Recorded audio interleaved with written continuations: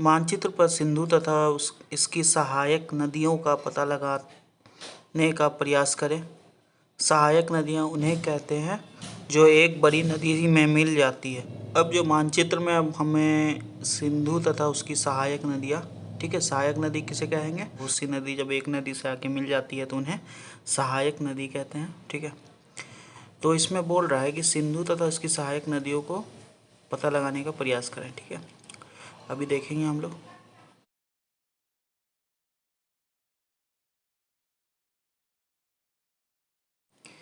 यहाँ पे देखेंगे हम लोग, यहाँ पे सिंधु नदी, ये हमारा सिंधु नदी हुआ और इसके आगे जो उसकी सहायक नदियाँ हैं, यहाँ पे देखेंगे झेलम नदी, चेनाब नदी, रावी नदी, सतलुज नदी, व्यास नदी।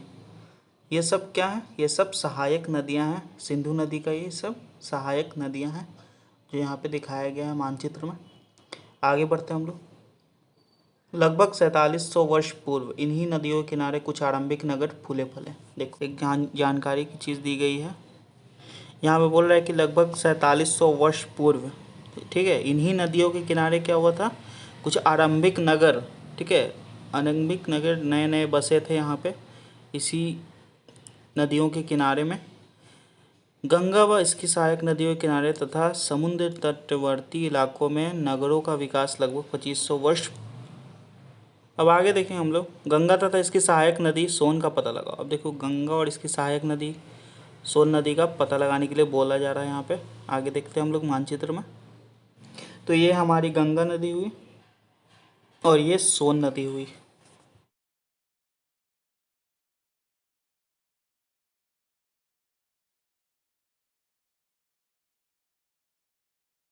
गंगा के दक्षिण में इन नदियों के आसपास का क्षेत्र प्राचीन काल में मगध, ठीक है, मगध यानी वर्तमान बिहार में नाम से जाना जाता था।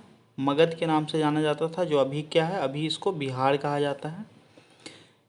इसके शासक बहुत शक्तिशाली थे और इन्होंने एक विशाल राज्य स्थापित किया था, ठीक है। वहाँ के जो शासक थे वो क्या थे? बहुत ज़्यादा शक्तिशाली थे और उन्होंने एक विशाल राज्य स्थापित किया था, बनाया था।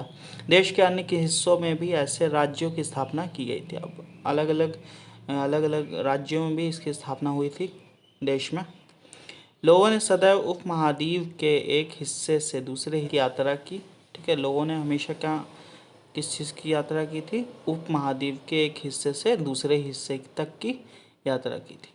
कभी कभी हिमालय जैसे ऊंचे पर्वतों, पहाड़ियों, रेगिस्तान, नदियों तथा समुद्र के कारण यात्रा जोखिम भरी होती थी।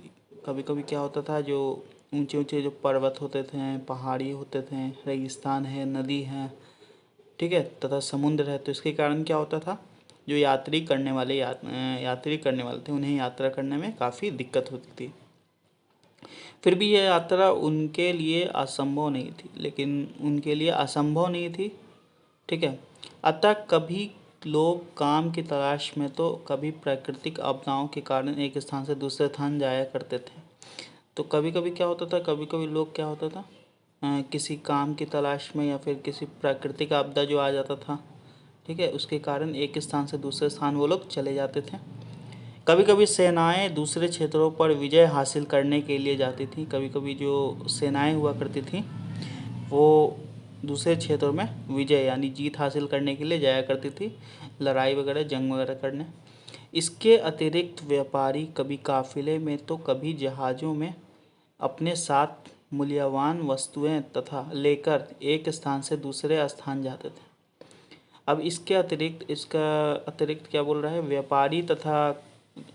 व्यापारी और कभी काफिले, जो काफिला होता है, ठीक है, मैं तो कभी जहाज़ों में, ठीक है, अपने साथ मूल्यवान वस्तुओं लेकर एक स्थान से दूसरे स्थान वो लोग जाते थे। धार्मिक गुरु लोगों को शिक्षा और सलाह देते हुए एक गांव से दूसरे गांव तथा एक कस्बे से दूसरे कस्बे जाया करते थे। अब जो धार्मिक गुरु होते थे अलग अलग धर्म के, वो लोग क्या करते थे? अपनी धर्म की शिक्षा देने के लिए और सलाह देने के लिए एक गांव से दूसरे गांव तथा एक कस्बे से दूसरे कस्बा जाया करते थे, ठीक है। कुछ लोग नए और रोचक स्थानों को खोजने की चाह में उत्सुकतावश भी यात्रा किया करते थे। अब कुछ लोगों को नई नई चीज़ों की खोजने में मज़ा आता था, ठीक है, उन्हें अच्छा लगता था, रोचक लगता था, तो इसलिए वो एक स्थान से दूसरे स्थान वो लोग जाया करते थे। इन सभी यात्राओं से लोगों को एक दूसरे के विचारों को जानने का अवसर मिला। ठीक है, और आज लोग यात्राएं क्यों करते हैं? एक बार फिर से मानचित्र एक को देखो। पहाड़ियाँ, पर्वत और समुद्र इस उपमहाद्वीप की प्राकृतिक सीमा का निर्माण करते हैं। हालांकि लोगों के लिए इन सीमाओं को पार करना आसान नहीं था। उन जिन्होंने ऐसा चाहा वे ऐसा कर सके। वे पर्वतों की ऊंचाई को छू सके और तथा गहरे समुद्रों को पार कर सके। उपमहाद्वीप के बाहर से भी कुछ लोग यहाँ आए और यहीं बस गए। लोगों के इस आवागमन ने हमारी सांस्कृतिक परंपराओं को समृद्ध किया। कई सौ वर्षों से लोग पत्थर को तराशने, संगीत रचने और यहाँ तक कि भोजन करने के नए तरीकों के बारे में एक दूसरे के विचारों को अपनाते रहे हैं। अब यहाँ पे बोल रहा है कि जो ये सब जो क्या होते हैं, पहाड़ियाँ, पर्वत, समुद्र, ये सब क्या उपमहाद्वीप जो होता है ना, उपमहाद्वीप, उनकी वो लोग क्या करते हैं, आर्थिक सीमा का निर्माण करते हैं। हालांकि लोगों के लिए इन सीमा को पार करना आसान नहीं था, लेकिन क्या होता था, लोग जो यात्रा करते थे ये सब सीमाओं को पार करना उनके लिए आसान नहीं था, और जिन्होंने कोशिश की पार करने की वो लोग पार कर सकें, वे पर्वतों की ऊंचाइयों को छू सकें, ठीक है, तथा गहरे समुद्रों को पार कर सकें। उपमहाद्वीप के बाहर से भी कुछ लोग यहाँ आए और यहीं बस गए। उपमहाद्वीप से जो बाहर से जो कुछ लोग आए थे वो भी यहीं पे बस गए। लोगों के आवागमन ने हमारी संस्कृति परंपराओं को समृद्ध कर दिया। ठीक है, लोगों का आना जाना जो था, हमारी संस्कृति बनती चली गई। ठीक है, हमारे देश की जो संस्कृति बनती चली गई।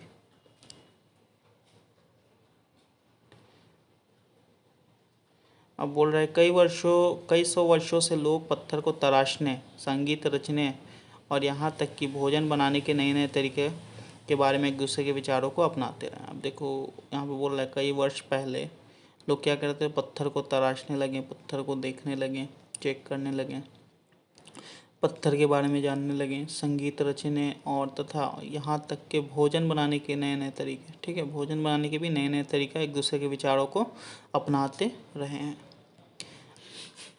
टेक्स्टा में दिया हुआ है कि मानचित्र वन दक्षिण एशिया आधुनिक, दक्षिण एशिया जो आज का क्या है, भारत है, पाकिस्तान है, बांग्लादेश है, नेपाल है, भूटान है और श्रीलंका है, और अफ़गानिस्तान, ईरान, चीन तथा म्यांमार आदि पड़ोसी देशों को दर्शाता है। ये सब क्या किसको दर्शाएगा, पड़ोसी देश। ये सभी क्या है, पड़ोसी देश हैं इंडिया के। दक्षिण एशिया एक महाद्वीप से छोटा है। दक्षिण एशिया जो क्या है, एक महाद्वीप से भी छोटा है, लेकिन विशालता तथा बाकी एशिया से समुद्रों, पहाड़ियों तथा पर्वत से बटे होने के कारण इसे प्रायः उपमहाद्वीप कहा जाता है। ठीक है, देश का नाम। अपने देश के लिए हम प्राय इंडिया तथा भारत जैसे नामों का प्रयोग करते हैं। हम लोग अपने देश को इंडिया चाहे भारत बुलाते हैं। ठीक है, इंडिया शब्द एंडस से निकला है। ये बात इंपॉर्टेंट बात है कि जो इंडिया जो शब्द है वो एंडस से निकला है, जिसे संस्कृत में सिंधु कहा जाता है। इसे संस्कृत में क्या कहा जाता है, सिंधु कहा जाता है। अपने एटलस में ईरान और यूनान का पता लगाओ।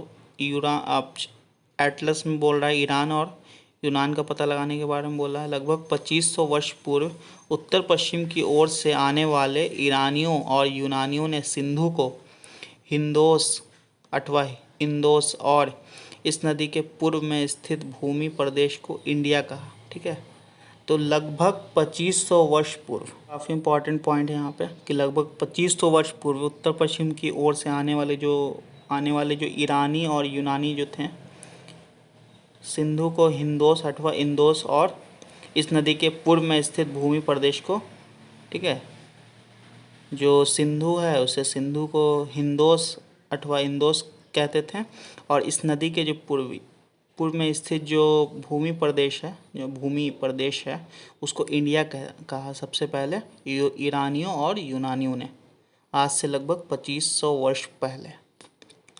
आगे देखेंगे हम लोग। भारत नाम का प्रयोग उत्तर पश्चिम में रहने वाले लोगों के एक समूह के लिए किया जाता था।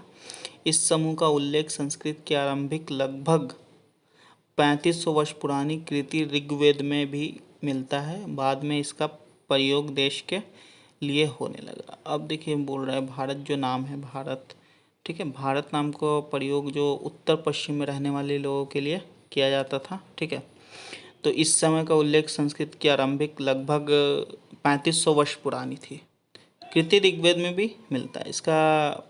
इसका आपको देखने को ऋग्वेद में भी एक ग्रंथ है ऋग्वेद, तो ऋग्वेद में भी इसकी आपको जानकारी मिलेगी। बाद में इसका प्रयोग देश के लिए होने लगा। अब देखेंगे यहाँ पे अतीत के बारे में कैसे जानें। अब अतीत के बारे में हम लोग कैसे जान सकते हैं।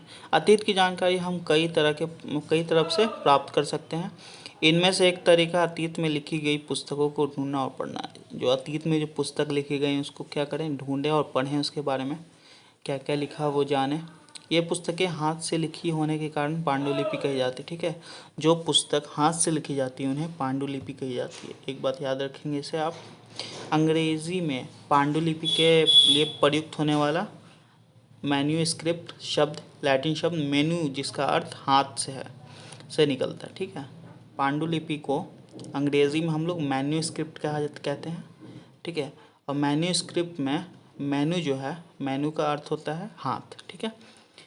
तभी मैन्यूस्क्रिप्ट लिखा है क्योंकि वो जो लिखी गई है वो हाथ से लिखी गई है, इसलिए पांडुलिपि यानी मैन्यूस्क्रिप्ट कही गई थी।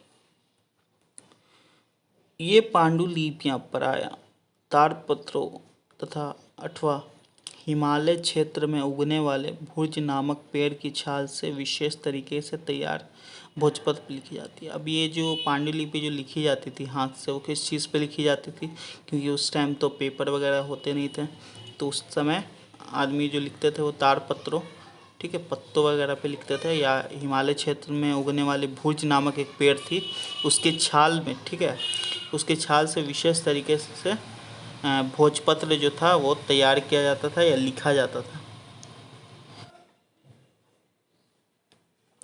दाहिने ओर देखेंगे हम लोग ताड़पत्रों से बनी पांडुलिपि का एक पृष्ठ, ठीक है। ये पांडुलिपि लगभग 1000 वर्ष पहले लिखी गई थी। किताब बनाने के लिए ताड़ के पत्तों को काटकर उनके अलग अलग हिस्सों को एक साथ बांध दिया जाता था। भुर्ज पेड़ की छाल से बनी ऐसी ही एक पांडुलिपि को तुम यहाँ देख सकते हो। यहाँ पे जो फिगर दी गई है वो यही चीज़ दी गई है कि जो ताड़ के पत्तों पे, ठीक है, ताड़ के पत्तों पे लिखी गई एक पांडुलिपि यहाँ पे हम लोग देख पा रहे हैं नीचे।